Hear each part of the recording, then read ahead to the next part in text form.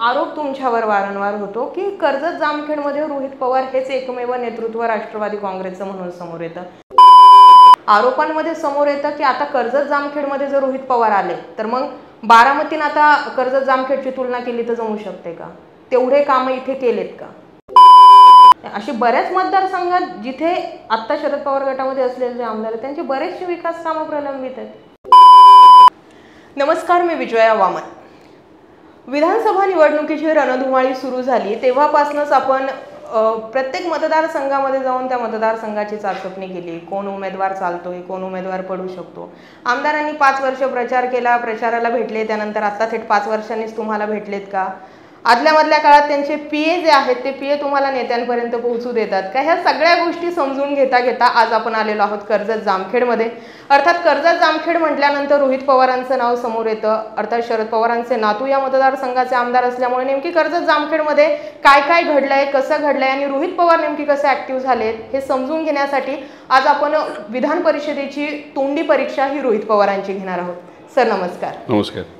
खरं तर तोंडी परीक्षा याआधी बऱ्याचशा नेत्यांची झाली, आज तुमची घेतोय। जसा प्रचार सुरू झाला तसे महाविकास आघाडी आणि प्रामुख्याने शरदचंद्र पवार पक्ष जास्त जोमात दिसला लोकसभेनंतर। कर्जत जामखेडमध्ये सध्याची परिस्थिती काय आणि आम्हाला येता ते जे बोर्ड दिसले रामकृष्ण हरी फक्त तेवढंच होतं, काय लॉजिक काय नेमकं? हे आध्यात्मिक भूमी आहे आणि या भूमीमध्ये वारकरी संप्रदाय खूप मोठ्या प्रमाणात आहे। अनेक महान संत इथं होऊन गेले। त्यामुळे या आध्यात्मिक भूमीमध्ये काही लोकांनी ते बोर्ड लावले असावेत, पण मला असं वाटतं की त्या बोर्डकडे बघितल्यानंतर रामकृष्ण हरी हे ऐकल्यानंतर एक वेगळी प्रेरणा आणि ऊर्जा आपल्याला मिळत असते। त्यामुळे ती ऊर्जा मिळत असेल तर ती चांगलीच गोष्ट आहे असं मला वाटतं। त्याच्याचबरोबर अजून प्रचार इथं सुरू झालेला नाही आणि इथं जर आपण बघितलं तर या इलेक्शनमध्ये मी खूप वेळ इथं असेल असं नाही। इथे असणारे जे सामान्य नागरिक आहेत, जे मतदार आहेत, इथले जे आमचे निष्ठावंत पदाधिकारी कार्यकर्ते आहेत, माझे कुटुंबीय आहेत, यांनी हे इलेक्शन आता हातात घेतलेलं आहे आणि त्या बाबतीत ते प्रचार करत आहेत। आणि जिथं कुठं उमेदवार आपल्या विचाराचे आहेत, महाविकास आघाडीचे आहेत, माझ्यासारख्या कार्यकर्त्याचं थोडंफार मदत जिथं कुठं होईल तिथं मी जाऊन त्यांच्यासाठी प्रचार करणार आहे।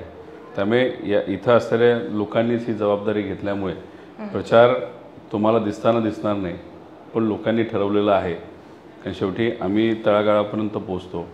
विविध योजना या मतदारसंघामध्ये आरोग्यापासून शिक्षणापर्यंत आपण आणलेल्या आहेत आणि त्यामुळे लोकांची सातत्याने आपण संपर्कात असतो आणि संपर्कात असल्यामुळे एक अंदाज येऊन जातो की लोकांच्या मनामध्ये काय आहे। त्यामुळे मी निश्चिंत आहे। इथे असणारे स्वाभिमानी लोक या कार्यकर्त्याला म्हणजे मला पाठबळ देतील, आशीर्वाद देतील, मताच्या माध्यमातून गेल्या लीडपेक्षा जास्त लीड जिंकून देतील। माझी आमदारकी संपली आहे, अजून 5 वर्ष आणि अनेक इतर वर्ष ते देतील असाही विश्वास आहे। माझ्या विरोधात जे आहेत त्यांचे MLCचे अजून 4.5 वर्ष बाकी आहेत, तर लोक हुशार आहेत। बरं, ते तुतारी वाजवणारा माणूस जो आहे शर्टवरती तुम्ही प्रिंट करून घेतले, काय स्ट्रॅटर्जी आहे का सध्याच्या प्रचाराची? एका मित्राला प्रेमाने बनवून दिलेलं आहे। प्रेमाला एखादी भेटवस्तू दिली तर ती स्वीकारणं आणि आवडली तर ते वापरणं हे आपापली आवड असते। त्यामुळे मला ते आवडले म्हणून मी घालून फिरतो। मला वाटलं अजित पवारांची गुलाबी पिंक थीम आहे, तशी शरदचंद्र पवार पक्षाची काही थीम आहे का? नाही, तसं काय नाही, असं मी एकटाच घालतो आता तरी। बरं, हळूहळू बाकीच्यांनी घातलं तर ती वेगळी गोष्ट आहे। बरं, जसं तुम्ही सांगितलं की मी इथे फारसा काही वेळ नसतो कर्जत जामखेडमध्ये, पण कुटुंब जे आहे ते मोठ्या प्रमाणावर ते ॲक्टिव्ह झालेलं आहे। जर थेट मुद्द्याला हात घालायचं झालं तर एक आरोप तुमच्यावर वारंवार होतो की कर्जत जामखेडमध्ये रोहित पवार हेच एकमेव नेतृत्व राष्ट्रवादी काँग्रेसचं म्हणून समोर येतं।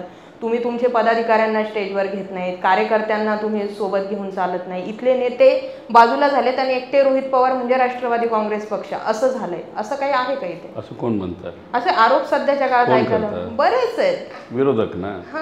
मग त्यांना करू द्या ना, त्यांना आरोप करण्याशिवाय दुसरं काय? मी केलेल्या कामावर त्यांना बोलता येणार नाही, कारण इतकी कामं केली आहेत की गेल्या 25 वर्षामध्ये जेवढी कामं नाही झाली तेवढी कामं कर्जत जामखेडमध्ये केलेली आहेत। त्यामुळे आता ते बोलत असताना काय बोलतील एक समजून घ्या की आता आदरणीय पवारसाहेबांवर प्रेम करणारे, निष्ठा असणारे, शिवशाहू फुले आंबेडकरांचा विचार पुढे घेऊन जाणारे अनेक पदाधिकारी कार्यकर्ते आमच्याबरोबर आहेत। जे गेलेत त्याला थांबवण्याचा पण प्रयत्न आम्ही केला नाही.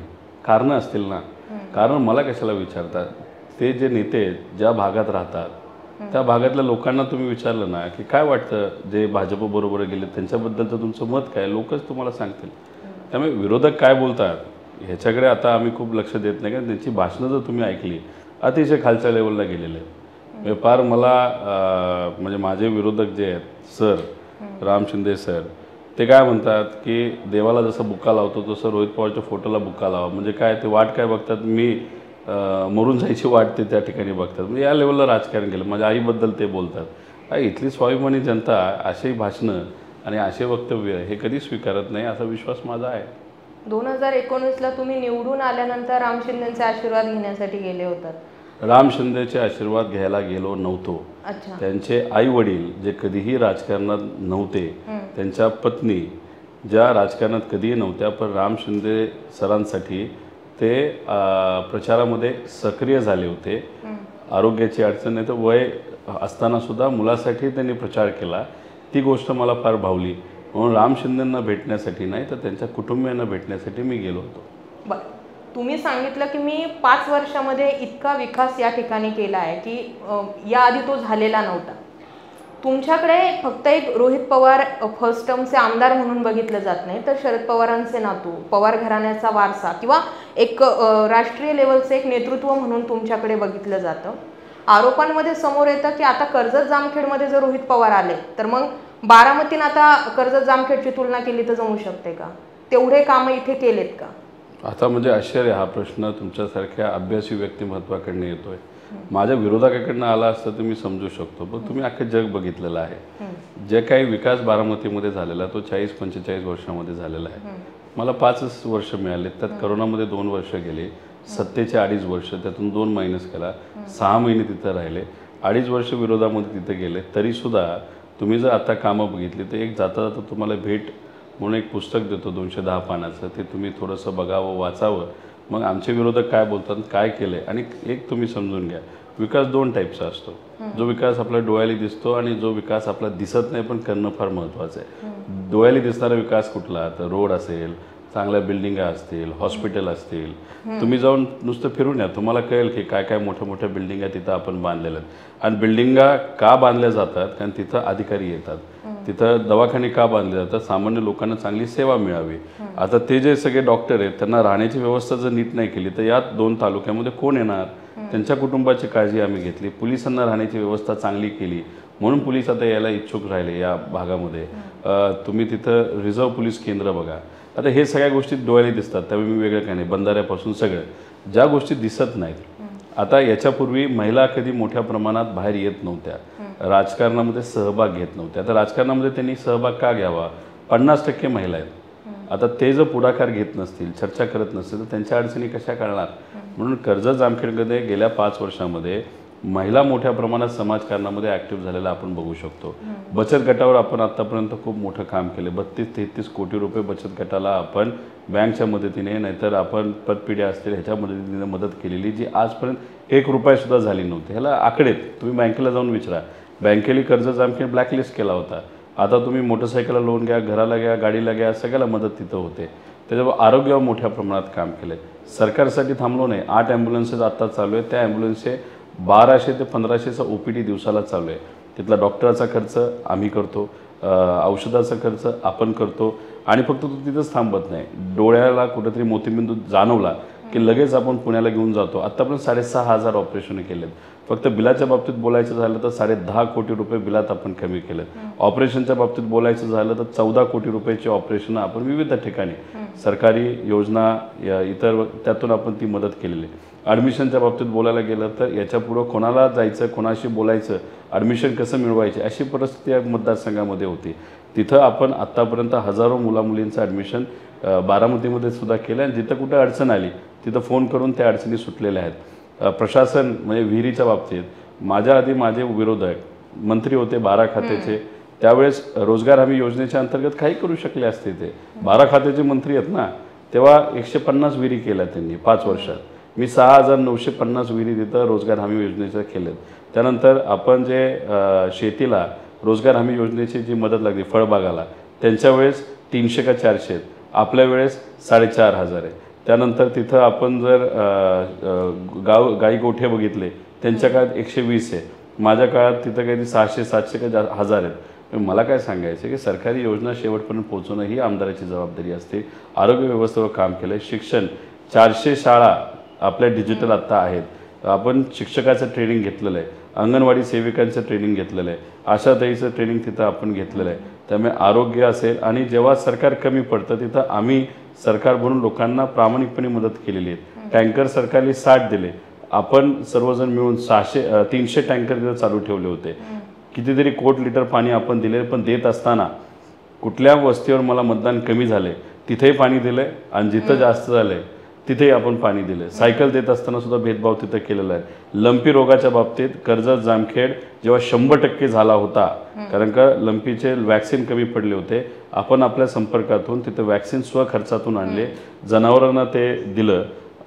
जेव्हा आम्ही 100% होतो तेव्हा याच जिल्ह्याचे जे मंत्री आहेत त्या विभागाचे त्यांचा मतदारसंघ 40%वर होता. त्यामुळे विकास बोलत असताना सर्वांगीण विकासाबद्दल बोलणं हे फार महत्त्वाचं आहे. शेतीवर जे आपण काम केलं, बियाणं जे बदललं, शेतकऱ्यांना विश्वासात घेऊन शेतकऱ्यांनी जे कष्ट केले, एक बियाणं बदलल्यानंतर या दोन्ही तालुक्यामध्ये 100 ते 150 कोटी रुपये अतिरिक्त त्या शेतकऱ्यांना तिथे मिळतात. आपण तुरीवर काम केलं आहे, उडीदवर काम केलं आहे, कांद्यावर काम केलं आहे, आपण लिंबावर काम केलं आहे, आपण आता द्राक्षावर काम करतोय, केळीवर काम केलं. केळीचे रोपं मिळत नव्हते, मग त्या कंपनीशी बोलून हजारो एकरावर आपण रोपं तिथे दिलेली आहेत. त्यानंतर तज्ज्ञ आपण आणलेले आहेत. त्यामुळे काम करत असताना सर्वांगीण विकास करावा लागतो. आता ह्या सगळ्या ज्या गोष्टी मी बोललो, ह्या 12 खात्याचे मंत्री असतात राम शिंदे सरांना विचारत तरी आल्या होत्या का? आणि हे आम्ही स्पष्टपणे विध पुरावे आणि त्यांना आम्ही चॅलेंज करतो ना, तुम्ही कशाला हवेत बोलता, 4 भिंतीमध्ये बोलता? हिंमत असेल मंदिरात बोलवा, नाही तर कुठेही बोलवा, आम्ही पुराव्यासकट यायला तयार आहे.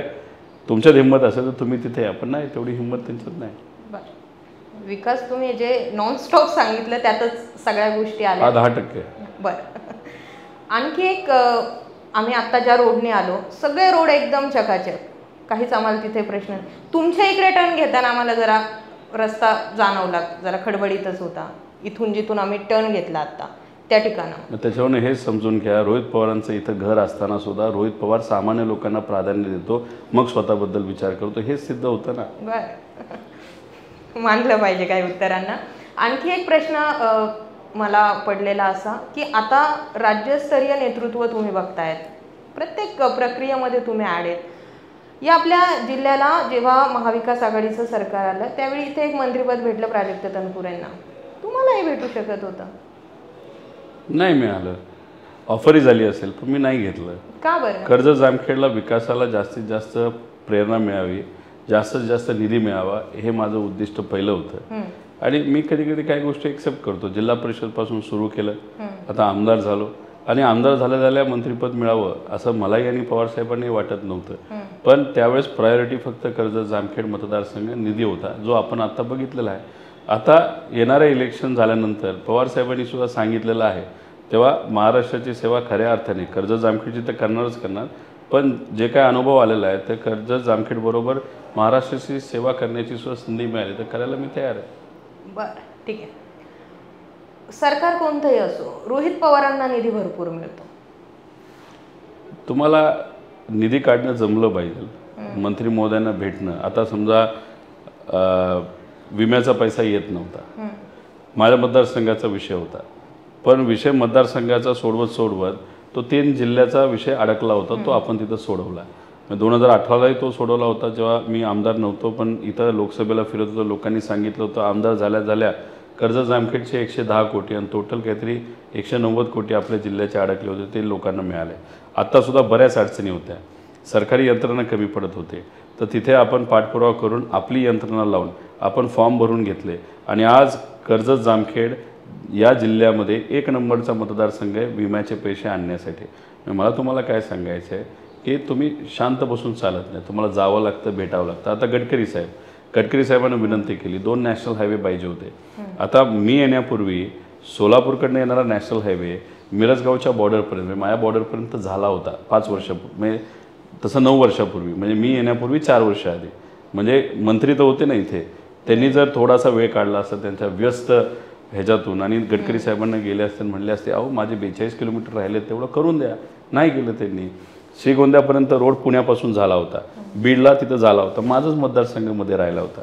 या दोन्ही रोडसाठी मी स्वतः आणि पवार साहेबांकडून फोन करून पत्र आहेत, पुरावे आहेत, गडकरी साहेबांना कुणी जाऊन तिथं विचारावं. तर तिथं गेल्यानंतर आम्ही पाठपुरावा केला, तोही निधी तिथं आणला.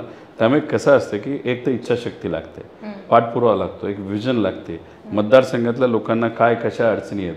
आता आपण आपली जी कुकडी प्रकल्प आहेत, आपण जुन्नरपासून पार माझ्या बॉर्डरच्या शेवटपर्यंत अख्खा कॅनल त्यातली दगडं काढलीत. त्यात जे मोठी मोठी दगडं होती, जे डीप कट म्हणतो, ते ढासळलं होतं 30 वर्ष. आता जुन्नरचं काढायचं मला काय कारण आहे, पण मला हे माहिती आहे जुन्नरवरनं येणारं पाणी मध्ये जर दगडं असतील तर त्याचं प्रेशर तिथं कमी झालं तर माझ्या शेवटच्या कोपऱ्यापर्यंत पाणी यायला वेळ लागणार आहे. 30-35 वर्षापूर्वी सर्व कॅनल सीना आणि कुकडी झालेला आहे, कधी कुणी गाळ काढला नाही. तो आपण 450 किलोमीटरचा गाळ, 450 किलोमीटरचा गाळ तिथं काढला.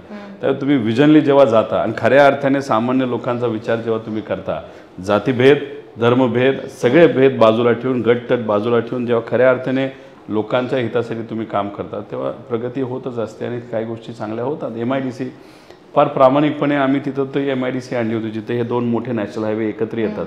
पण आमच्या विरोधक महाशयाला जर तेवढी आकलन नसेल की बाबांनो तुम्ही तिथं नाही केलं, दुसरीकडे कोपऱ्यात जर कुठेतरी नेली फॉरेस्टच्या जवळ, तिथं कोण कुठली कंपनी येणार आहे. MIDC आणणं हे महत्त्वाचं नसतं, MIDC आणून त्यात कंपन्या आणणं हे महत्त्वाचं असतं.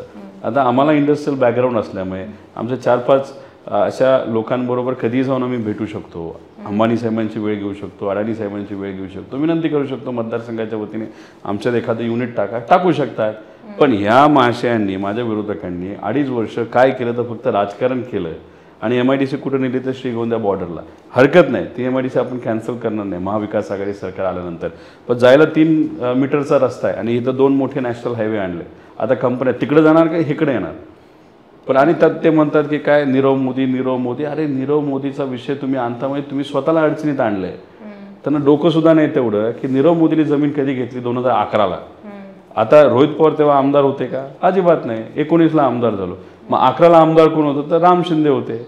आणि मग राम शिंदे सर जर तिथं आमदार असतील तर वाटाघाटी कोणाच्या झाल्या, नीरव मोदी कोणाचा मित्र झाला हेच सुद्धा त्यांना कळत नाही. त्यामुळे विरोध करायचा तर कसा करायचा हे सुद्धा माझ्या विरोधकाला कळत नसेल आणि त्यात फक्त स्वार्थी राजकारण असेल तर लोक नक्कीच नाकारतील त्यांना.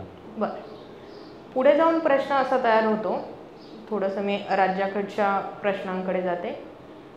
जे आमदार अजित पवारांसोबत गेले त्यांच्या 4-5 आमदारांसोबत मी बातचीत केली. सगळ्यांनी म्हटलं की शेवटी आम्हाला पवारसाहेब एक नेतृत्व होतं, अजित पवार एक नेतृत्व होतं. जे काही निर्णय घ्यायला जायचो आम्ही ते अजित पवारांकडे जायचो, कारण सगळे सूत्र अजित पवारांच्या हातात होते. आम्हाला निधी देण्याचं काम अजित पवारांनी केलं आणि आजही ते गोष्टी मान्य करतात. ज्या ज्या मतदारसंघात, म्हणजे आम्ही जुन्नरमध्ये अतुल बेनकेंकडे गेलो, मावळात सुनील शेळकेंकडे गेलो, काल वडगाव शिरीचे ते आमदार सुनील टिंगरेंसोबत बोललो, नगर शहराचे आमदार संग्राम, सगळ्यांचं एकच म्हणणं येतं की अजित पवारांनी आम्हाला इतका निधी दिला आणि हा आमचा विकास बघा. जसं शरद पवार गटामध्ये असलेले जे आमदार आहेत किंवा आत्ता जे सोबत आहेत, तुम्हाला निधी काढणं जमलं, तसं इतर आमदारांना निधी काढणं जमलं नाही का? सगळ्यांनीच निधी घेतलेला आहे. असे बऱ्याच मतदारसंघात जिथे आत्ता शरद पवार गटामध्ये असलेले जे आमदार आहेत त्यांचे बरेचसे विकास कामं प्रलंबित आहेत. हे बघा, आता तुम्ही तुलना कशी करता त्याच्यावर सुद्धा आहे. आणि तुम्ही जर म्हणत असाल की फक्त विकास निधी हाच एक मुद्दा आहे आणि लोक फक्त विकासाकडेच बघत असतील तर मग तुम्ही एक मोठा बंगला बांधा, केवढा मोठा बांधायचा माना, मार्बल लावा, सगळं लावा, विकास तर झाला.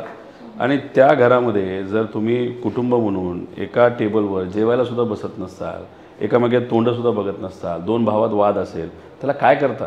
म्हणजे मला काय सांगायचं, राजकारणामध्ये सुद्धा लोक काय म्हणतात की विकास महत्त्वाचा आहे पण विचारसुद्धा महत्त्वाचा आहे. कारण का तुम्ही जेव्हा फक्त विकासाबद्दल बोलत जाता आणि विचार बाजूला ठेवता तर तुमच्यात अहंकार येऊ शकतो आणि अहंकार आला तर तुमचं नुकसान होऊ शकतं. राहिला प्रश्न फॉलोअपचा, आता गडकरी साहेबांकडे मी गेलो, तर बघा मी मंत्री असतो तर राज्याचा विचार करायला लागला, मी साधा आमदार. आमदारची जबाबदारी काय असते? मतदारसंघाचा फॉलोअप करणं. तो माझ्या लेवलला मी केला, ठीक आहे. काही लोक कुठेतरी कमी पडले असतील, पण तुलना केली तर ते सुद्धा कमी पडलेत असं नाही. त्यामुळे आणि राहिला प्रश्न, हे सगळे जे आमदार दादांबरोबर आहेत, निधी दिला असेल, पूर्वी दिला, आत्ताही दिला असेल, त्यामुळेच ते त्यांच्याबरोबर आहेत. आता जेव्हा इलेक्शन आपण लढत आहोत तेव्हा लोक आता ठरवणार आहेत की कोणाला इलेक्ट करायचं कोणाला नाही इलेक्ट करायचं. शेवटी या इलेक्शननंतर हा जो वाद आहे की विकासासाठी गेलो तर तो वाद या 1.5 महिन्यामध्येच मिटलेला आपल्या सगळ्यांना बघायला मिळाला. एक प्रश्न मला वारंवार पडतो जेव्हापासून हे सगळं पक्षांतर झालं, फोडाफोडीचं राजकारण झालं. हा प्रश्न मी सुप्रियाताईंना विचारला, जयंत पाटलांना विचारला, आता तुम्हाला तिसऱ्यांदा ट्राय करते. उत्तर ते येतं की नाही मला माहीत नाही, पण मी ट्राय करून पाहते. अजित पवारांनी बंड केल्यापासून आत्तापर्यंत ते एकच गोष्ट वारंवार रेटतात, मी जे केलं ते शरद पवारांच्या मर्जीत राहून केलं. आम्हाला भाजपासोबत जायचं होतं, हे मी ठरवलेलं नव्हतं, हे शरद पवारांनी ठरवलेलं होतं. सगळ्या आमदारांच्या सह्या माझ्यासहित आणि जयंत पाटलांच्या सह्यासहित रेडी पत्र होतं. ते पत्र फक्त द्यायचं बाकी होतं भाजपला. फक्त शरद पवार म्हटले की थांबा आणि म्हणून मग ते थांबावं लागलं.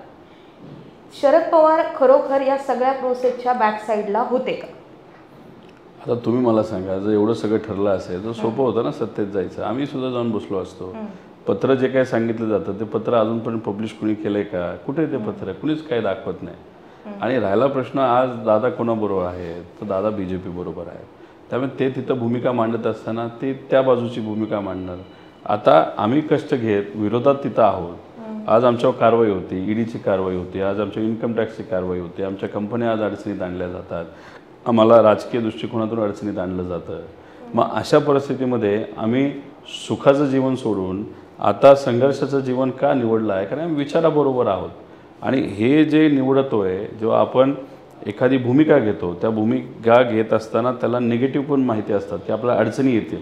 पण आम्ही जेव्हा ती निगेटिव्ह असताना सुद्धा भूमिका घेतो, मग ती स्वीकारलेली भूमिका आहे. ठीक आहे, किती अडचणी आणल्या तरी आपण विचार सोडायचा नाही, आपण लाचारी पत्करायची नाही, म्हणून आम्ही इकडे आहोत. त्यामुळे तुम्ही त्या बाजूला विचारलं तर तेच सांगणार आहेत. पण वारंवार सांगतायत ते एक मोठे नेते, कारण लोकांना पटत नाही. पटवण्याचा प्रयत्न गेले 2 वर्ष ते करतायत, तरी लोकांना अजूनपर्यंत ते पटलं नाही आणि कधी पटणारही नाही. बरं, मग 2014ला राष्ट्रवादीने भाजपला पाठिंबा कसा दिला? पाठिंबा कसा दिला? कसा दिला? मी सत्तेत जाऊन दिला का? हा, बाहेरून पाठिंबा द्या. साहेबांचं मत होतं की आता महाराष्ट्राचा विचार करा, बहुमत मिळालंय, तुम्ही तिकडं सत्ता करा, योग्य अशा पॉलिसीज करा. आम्ही सत्तेत तुमच्याबरोबर येत नाही, म्हणजे आम्ही पद घेत नाही, आम्ही मंत्रिपदं घेत नाही, आम्ही मंडळं घेत नाही, काय नाही घेत. म्हणजे सत्तेत असणारे जे काही फायदे आहेत ते आम्हाला नको, पण पाठिंबा देतो, सरकार फक्त नीट चालवा. ही पवार साहेबांची विचारसरणी आहे. बरं, आत्ताच्या डेटला जर बघितलं तर लोकसभा निवडणुकीपासून जास्त असं हायलाइटेड दिसलं की अजित पवार आणि सुप्रिया सुळे यांच्यामध्ये वितुष्ट, किंवा तुमचंही सुप्रिया सुळे जिंकून आल्यानंतरचं भाषण आम्ही ऐकलं होतं. त्यानंतर अजित पवारांचं आत्ता एक हल्लीचं स्टेटमेंट होतं की मी तिथे माझ्या बहिणीविरोधात उमेदवार द्यायला नकोच होता आणि घरातील तर नकोच होता, पण मला त्यावेळेस वरती म्हणजे भाजपकडून प्रेशर होता. जाहीरपणे मान्य करून ते चूक कबूल करतात. जर सुप्रिया सुळेंच्या विरोधामध्ये घरातील उमेदवार देणं चूक होतं हे जर आज अजित पवार मान्य करतात, तर आता पुन्हा बारामतीत विधानसभेत अजित पवारांच्या विरोधात घरातीलच उमेदवार देणं हे कितपत योग्य राहील? युगेंद्र पवारांचं नाव चर्चेत येत आहे. लोकसभेला बारामतीमध्ये प्रचार कोणी केला?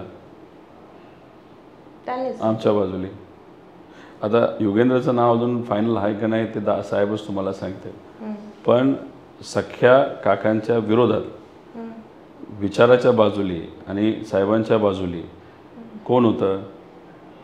युगेंद्र होता. आता युगेंद्र तिकीट मिळेल का हे आपल्याला 2 दिवसात कळेल.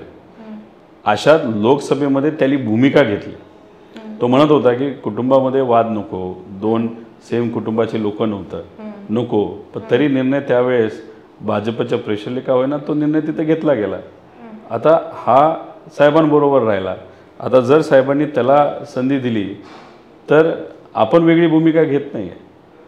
त्यावेळेस घेतलेली भूमिका ही आपण ठाम आहोत आणि आपण त्याच विचाराने आहोत. आपण वेगळं कुठं काय घेतो? पण घरातलाच उमेदवार पुन्हा अजित पवारांसमोर जातो ना. हो ताईसाहेब, पहिला निर्णय कुणी घेतला आणि त्यावेळेस असं आहे का की त्यावेळेस समजा युगेंद्रला तिकीट दिलं जाईल ते आपण बघूया, आपण समजा दिलं असं आपण समजू की असं असतं की युगेंद्र समजा त्यांच्याबरोबर राहिला आहे लोकसभेला आणि मग धडा शिकवण्यासाठी लोकसभेनंतर युगेंद्रला इकडे घेतले तर तुम्ही म्हणता ते राईट आहे.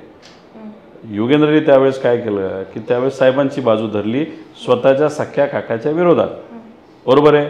म्हणजे भूमिका घेतली, संघर्ष निवडला, विचार निवडला, साहेबांची साथ तिथं दिली आणि तिथं प्रचारही त्यांनी केला. अशा तो आत्ता जर तिथं साहेबांबरोबर गेले काही महिने तिथं असेल, त्यावेळेस ती भूमिका घेतली आणि त्याला जर संधी दिली गेली, तर तुम्ही बोलता ते पॉलिटिकली, तुम्ही म्हणता तसं ते नाही आहे. बरं, पॉलिटिकली नाही आहे. पॉलिटिक्स चाललंय ना, इलेक्शन पॉलिटिक्स असतं, थोडी तिथं काय वेगळं काय असतं. बरं, ठीक आहे. आत्ताच्या जेव्हा लोकसभेचा 80चा स्ट्राईक रेटने पवारांच्या नेतृत्वामध्ये इतक्या मोठ्या प्रमाणावरती खासदार निवडून आले, खरं तर अपेक्षित नव्हतं. ते सेनापती म्हणून कुठेतरी जयंत पाटलांचं नाव समोर आलं की या सगळ्यामागे सेनापती आहेत वगैरे. आणि तुमचं ते एक भाषण आम्ही ऐकलं की हे कोणा एका सेनापतीचं क्रेडिट नाही, हे आम्हा सगळ्यांचं क्रेडिट आहे. आणि लगेच जयंत पाटलांनी त्यावरती येऊन बोलणं की माझं जर काही चुकत असेल तर सांगा, मला 4 महिने प्रदेशाध्यक्षपदी मी आहे, मला सांभाळून घ्या, आणि माझं काही चुकत असेल तर ते पवार साहेबांना सांगा, ते माझा कान धरते. तिथे थोडंसं जाणवलं की तुमच्या आणि त्यांच्या बोलण्यामध्ये कुठेतरी असे खटके उडताना आम्हाला जाणवले. काय घडलं, काय होतं तेव्हा? काय व्यासपीठावर भूमिका मांडली. आता आम्ही एकत्रित लढत आहोत.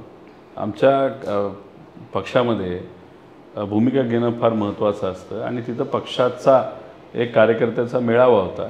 कोणावर टीका टिप्पणी न त्यांनी केली न मी केली, फक्त भूमिका तिथं मांडली आणि आता आम्ही एकत्रित राहून तिथं लढत आहोत.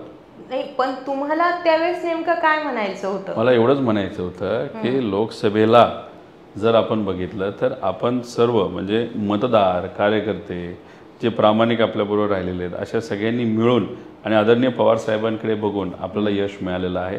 त्या पूर्णपणे यश हे लोकांना आणि साहेबांना जातं. त्याच्यावर जयंत पाटील साहेब काहीच बोलले नाही. ते वेगळ्या विषयावर बोलत होते आणि ते माझ्या ट्विटवर नाही, दुसऱ्याच्या ट्विटवर तिथं बोलले. फक्त लोकांनी आणि मीडियाने ते माझ्याशी तिथं जुडलं असं मला तरी तिथं वाटतं. आणि त्यामुळे आम्ही सगळेजण आणि ते जे काही सुभेदार का काय ते तुम्ही म्हणला सेनापती, ते कुठल्या तरी कार्यकर्त्यांनी लावलेले बोर्ड होते, ते थोडी जयंत पाटील साहेबांनी लावलेले बोर्ड होते. नाही, मी त्यांना हा प्रश्न केलेला होता की प्रदेशाध्यक्ष पदावरून मध्यंतरी जेव्हा अजित पवार तुमच्या सोबत होते तेव्हा त्यांनाही म्हणायचे मला हे कुठलं पद नको, मला वेगळी जबाबदारी घ्यायची. आणि त्यांचा एका प्रकारे जर आपण बघितले लाईन ती प्रदेशाध्यक्ष पदापर्यंत जात होती. मग आता आम्हाला प्रश्न पडला की हे प्रदेशाध्यक्षपद रोहित पवारांना पण हवं आहे का, म्हणजे असा मला प्रश्न पडला होता, तो तुम्हाला विचार. तसं असलं असतं तर पहिल्या टर्ममध्ये प्राजक्तदादांना मंत्रिपद न देता ते मी घेऊ शकलो असतो. पदासाठी मी हावरट नाही. फक्त माझं असं एकच मत आहे की लढत असताना आपल्याला काही विशिष्ट स्टाईलनी तिथं लढावं लागेल आणि ते आता पाटील तिथं स्वीकारलेलं आणि आम्ही एकत्रित एका दृष्टिकोनातून तिथं आता लढत आहोत. बरं, राष्ट्रवादी शरद पवार गटात सध्या जितके काही आमदार आहेत सगळ्याच आमदारांसोबत तुमचं पटतं का पटत नाही? म्हणजे मला अशी थोडीशी उडत खबर आलेली अशी की काहींसोबत तुमचं पटतं, काहींसोबत जास्त काही तुमचं पटत नाही, किंवा खूपदा तुम्ही एका स्टेजवरती दिसून येत नाही.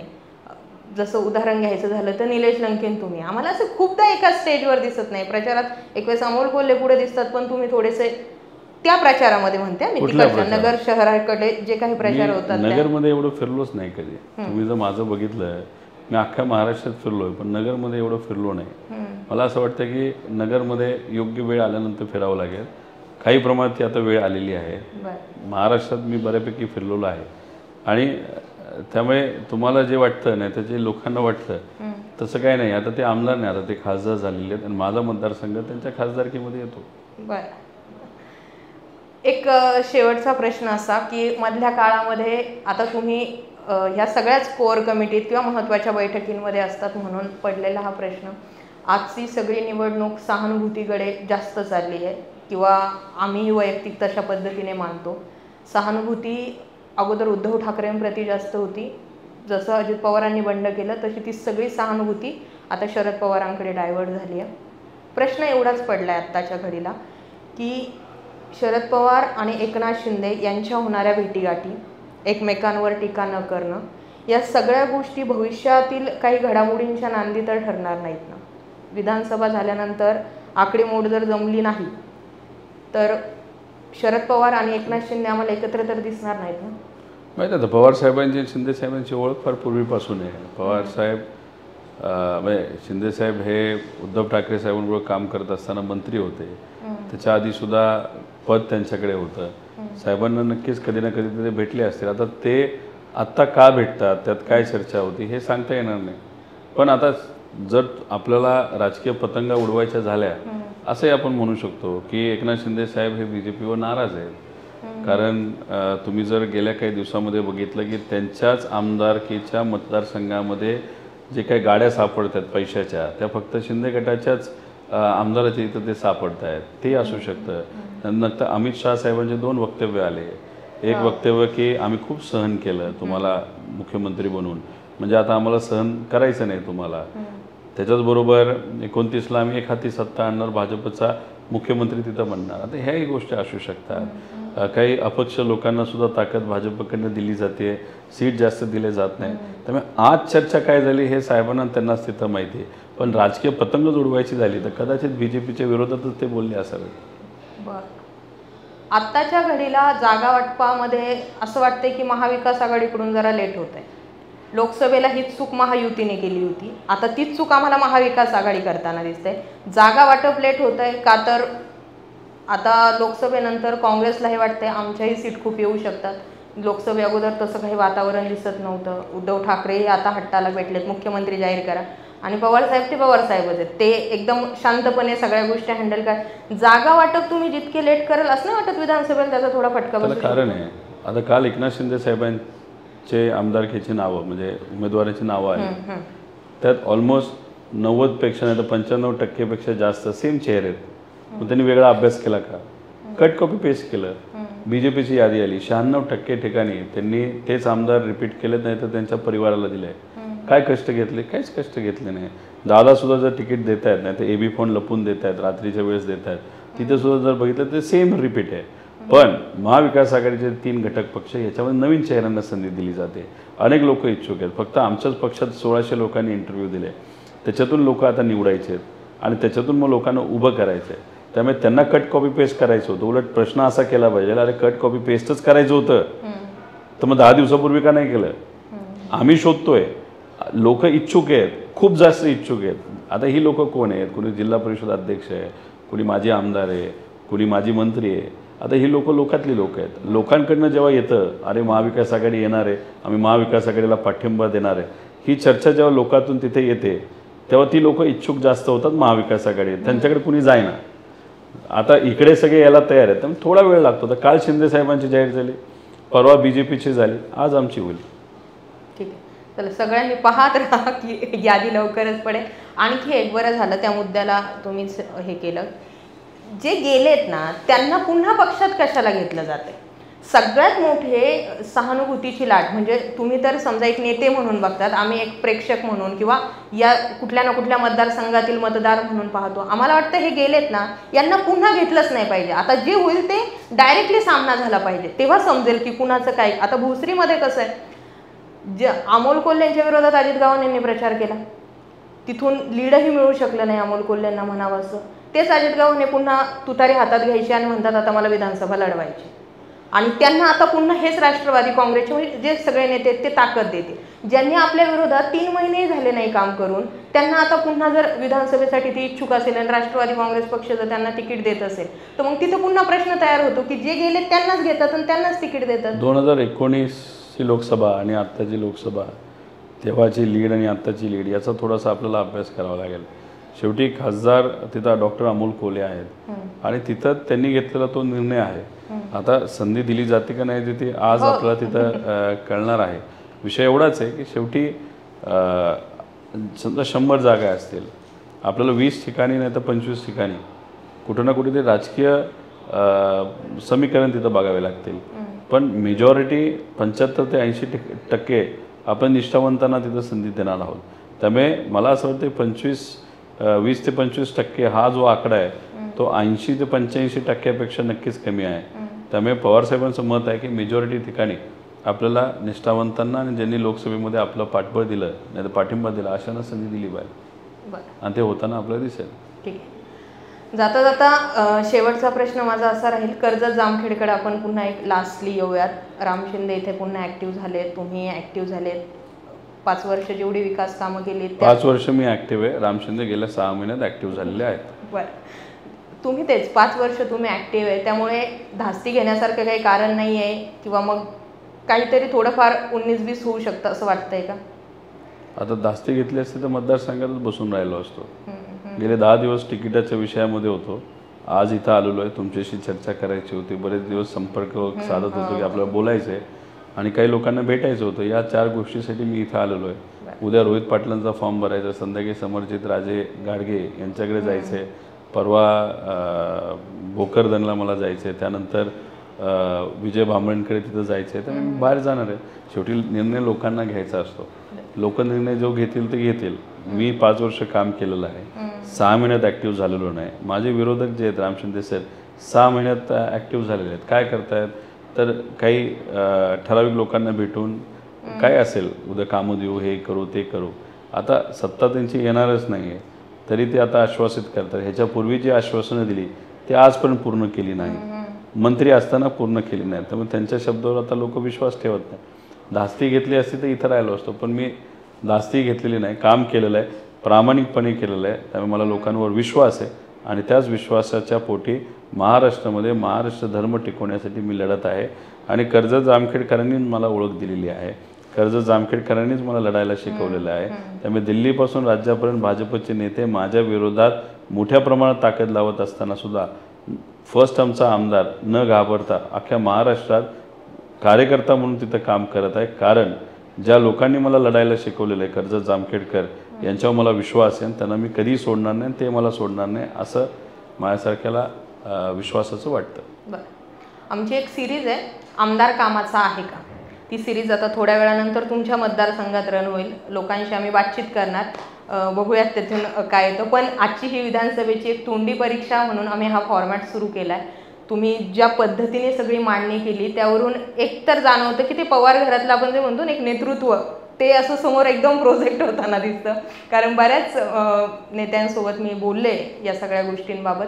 पण तरी तुम्हाला या विधानसभा निवडणुकीसाठी आमच्याकडून खूप खूप शुभेच्छा आणि तुम्ही वेळ दिला त्याबद्दल तुमच्या चॅनललाही शुभेच्छा. धन्यवाद.